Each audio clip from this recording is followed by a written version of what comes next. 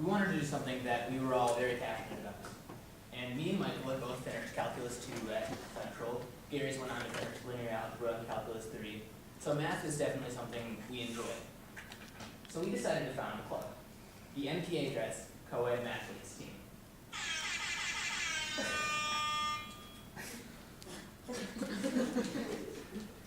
So really, our biggest goal is to expand math culture here at MPHS. If you look, there are organizations like BPA. Kids go through from freshman to senior year, and when they graduate, they want to go to business school, they want to do things in business, and they're just really passionate about that kind of thing. But what you don't see are students graduating this high school and being interested in, like, I want to be a mathematician, I want to go do physics, I want to be an engineer. Of all of my friends, I've asked a lot of them, business seems to be like their primary choice. And we just don't think that's right. We want to really combat that negative stigma associated with math. We want to make it so students are enjoying mathematics and science, and so that they can pursue it after they graduate high school. So with combating that negative stigma, our specific main goal of this project was to create a math club. A club after school where students who enjoy math or do not enjoy math can just come and enjoy doing math problems with each other. Yeah, so we realized that a lot of people might not want to join the mathletes because, like Mean Girl said, it's kind of social suicide. But all of us really enjoy math. So we just wanted to pursue our personal interests. Whether we have 20 people at meetings or only 3 people, we're going to enjoy the meetings. And hopefully, we can be a role model for other students. Like, it's kind of hard for us mathletes, we get made fun of at lunch. Like, kids come up and just like, what are you guys? And it doesn't really matter to us. And we hope other students can pursue their passions, whether it be dance or art. Create their own clubs and do whatever the hell they want to go do. So in making the dream a reality, the first step in starting any club here at MPHS is you have to have an advisor. For us, we were lucky enough to have Mrs. Hayes. She agreed to do it, and she's been a great advisor for these couple weeks. The next step was getting the word out about our club. Nearly every morning we have an announcement that plays on the morning announcements, and it essentially just says what Mathletes is and who to contact. And we think that's worked really well because we've actually had quite a few underclassmen walk up to us and kind of ask us what our organization does. And then we start having meetings every Thursday at 3 p.m. Go to that if you guys want to. Also, and then we do a ton of math questions, and we really meet the underclassmen who are interested in math. And hopefully, using some of our knowledge in calculus, whatever, we can kind of help them along, teach them, and really just foster their knowledge in math and continue their journey.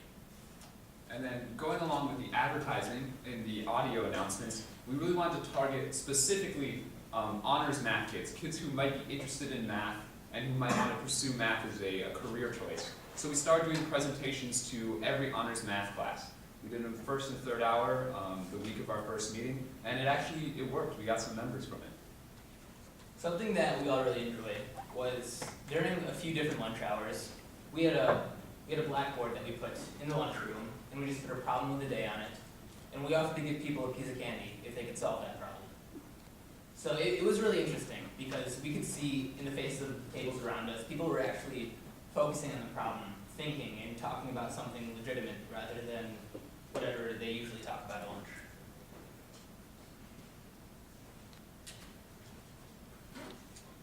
So there were a lot of obstacles. Number one, heavy stigma against mathematics. I know I said that before, but we want to emphasize it once again. During our presentations on the honors math classes, there were a couple of people that felt like they wanted to prove to themselves that they could solve like a challenge problem that we gave them. But for the most part, I would say a good 3/4 didn't really care. And so that's something that we really had to fight the entire time. Another obstacle was getting teachers who wanted to help us. Specifically, we're calling out Mr. Cresswell. We had to approach a lot of different teachers to get advisors, and when we were doing presentations, certain teachers didn't want us to present at certain times or would rather not have us present for their class. Obviously, being in an AP class, we have a lot less time to do our senior projects. So with this whole project, we had about 4 weeks in general, and to form a club, 4 weeks is really not sufficient. So we were fighting against a limited time frame this whole time. And this is really never been done before. No one's really tried to start a club in the last 6 weeks of their senior year before that we know of, and no previous math club has ever existed here. So we had really no idea what we're getting ourselves into. We haven't really done a ton of competitive math.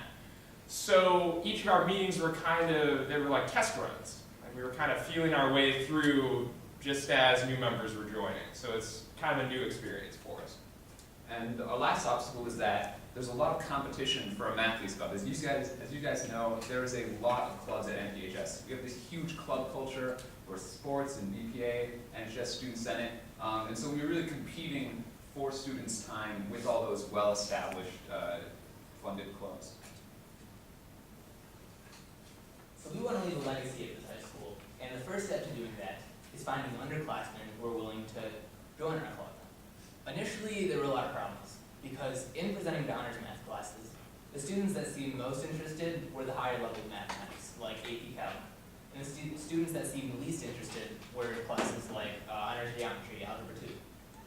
So, but eventually, we did get a few underclassmen to come to our meetings, and it seems like they're really interested in keeping up the club. Hopefully, if they do take the reins next year, they'll be able to compete in competitions. Now, this is extremely important because it kind of puts everything in perspective. You get to meet other students from, let's say, across the state that are also interested in doing math, and you can see just the caliber of skill that they are at, and it kind of gives motivation for them to go strive higher, build connections, and makes lasting friendships. As was mentioned earlier, our club hopes to not just leave a legacy about math. We want to inspire any underclassmen that if they want to start a club in the last month of school, they can. If they want to do something that people might look down on or not want to do, they can do that. We want to encourage people to pursue whatever passions interest them. So another one of our goals is to get faculty and administration more excited about the possibilities. In a lot of clubs here in Mount Pleasant, you see whenever they go to some big competition, there's community-wide support. Of course, that's not realistic in the near future for mathletes, but in the long-term future, we really hope that can become a regular thing. So, what do we learn? Mean Girls quote, but I think it's quite fitting. It's what we learn to do is just to go do it. Not to speculate and say that we're going to go do this great thing, actually just go out and do it. And that's, in my opinion, and in my heart, the most important thing that I took out of this entire experience. During this experience, we also learned that math is very difficult. This is probably the most math I've done in the past 6 months. I thought I was pretty good at math, and then we started doing challenge problems, and we would spend like half an hour on one problem, and we wouldn't get the right answer. So I guess the biggest takeaway is that there's more to learn. You know, we can't stop learning just because we've finished all the math courses. Math is so much bigger of a subject than people see it. It's not what people think, like you don't do one area of math at a time. When it comes to advanced mathematics, you have to use everything you have to solve one problem. For example, in the problems we were doing, we had to know how to use derivatives, summations, even like simple addition, subtraction. We really had to use everything we learned in all our time in mathematics to solve even one problem.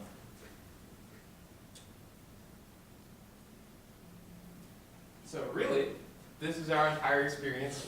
We weren't great picture takers. We were way too focused on the math and not enough on the advertising, or the picture taking. But most of these came from yesterday. And there were a lot of students that were really interested in solving out the problem. Looking at Bobby in the top right corner. And that was our math week's presentation. Hope you enjoyed it. Any questions for us? Yeah, as part of their presentation, they are asking to be scored on questions and comments, so we'll take 4 questions and hear what they have to say. So you guys really emphasize the stigma toward math, and that's like obviously a big thing. So how do you plan on catering towards students who have lower skill levels in math that may be timid about joining, and then let's say the math is very hard, that might be intimidating for other students. Like how do you plan on accommodating for students of lower skill levels? I can take this. So really, we realized that. And in the beginning, we were rookies. So we were just kind of like, hey, like, let's do like the math that we find fun. And we realized that that did not work very well. Like the first lunch table meeting, we were doing like some hard challenge math question. We realized that just intimidated everyone. No one wanted to talk to us. So as over the course, like this question on the board, you might not be able to read it, but this is a significantly easier question. This was answered by, let's say, around like 15 to 20 kids in the lunchroom. So math is so huge, and I'm a Google away from finding an easy math question, easy-ish math question, medium difficulty math question. So it's like there's such a wide variety, and then we would just cater to everyone through that, because that's the flexibility that math gives us. Do you truly think that your senior project is beneficial to not only the school but like the community as a whole? Yes, I believe it is. You know, we need more people doing math. One of our anchor texts was actually about how no one thinks they need math anymore. You know, you go through school and you're like, where am I going to use this? Math is everywhere. We use math every day, and it's the subject of the future. Coding, engineering, everything that like you look at as futuristic needs math, and we need more kids, and our community needs to put more emphasis on it and stop, you know, looking at it as something that isn't real. It's not a real world thing.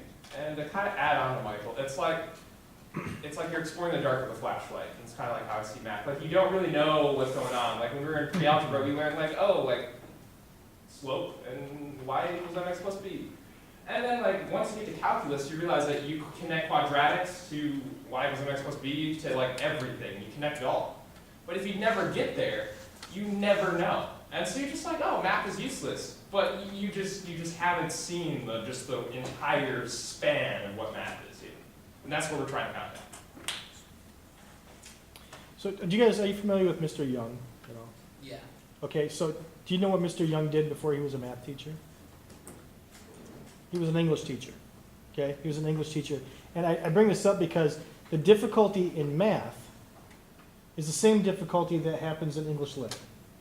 It's not the problem, it's not the reading, it's not the writing, it's the critical thinking.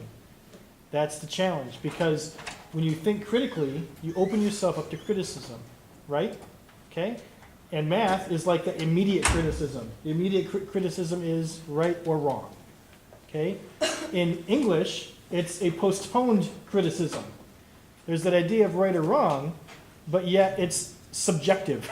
It's based on how someone else views what it is that you're saying. Okay?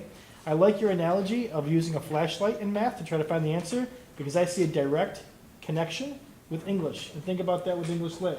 Looking at poetry, looking at the short stories, looking at the novels that you've read. Okay? So my question for you is, knowing that these two are sort of similar, what do you think we might be able to do to help encourage kids to feel comfortable at risk-taking and critical thinking? And I kind of want Ishan to answer this, because the other two have sort of answered stuff already, but if you're not sure and you want to hand it off, that's okay too. Yeah, so risk-taking and critical thinking. Mm-hmm. I think the best thing to do to encourage that in younger students is start them off kind of slower. Give them problems that they can handle, but that force them to think a little bit. And then slowly build upon that until they're doing real-life critical thinking and taking risks in their problem solving. I have a follow-up too. So there's kind of that fine line, because as you know, everybody's different, right? So everyone has that different ability of where that risk is, you know? And when it comes to math, if it's a problem that you really already sort of know how to do, doing it again kind of makes you feel like, why am I doing this, right? But if it's a problem that stretches you, if it stretches you too much, you ask yourself, yeah, why am I doing this? Not because it's beneath you, but because it's too beyond you. So how do you bridge that gap? So one thing that we've thought about doing in the future, but we really haven't got the numbers at our meetings yet to do it, is splitting up in different groups in our meetings where each of us handle different problems.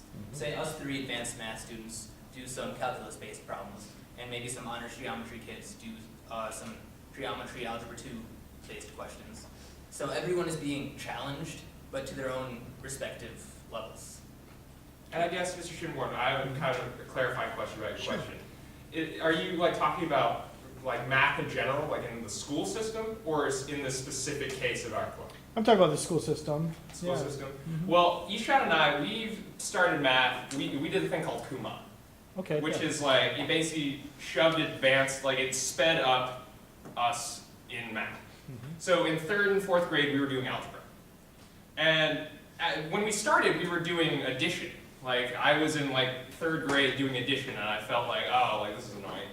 But it's like a pride thing. To me, I see like pride being a very important tool. Mhm. Because when you start, you're just like, oh, this is kind of boring. And then you realize you're more advanced, you're doing it faster, and you're getting it, and then it's just like, yes, like, yeah, like I need to prove to myself that I can go do this next question. And so once it gets to algebra, fractions, like once you get higher and higher, if you can't solve the question, if the question is not as simple as step 1, step 2, step 3, then your pride kind of takes over, just like, I can figure this out. And then that pride turns into a confidence of just like, I might not know it now, but I will figure out the answer. Mhm. And that's something that even throughout our entire project is like I personally looked for the student that always like says like I can do this, like I'm gonna stick it out, I'm gonna do it. For example, Harry Fu has that. It doesn't matter, like he gets stumped, he sits there and he's just like, yeah, I'll handle this.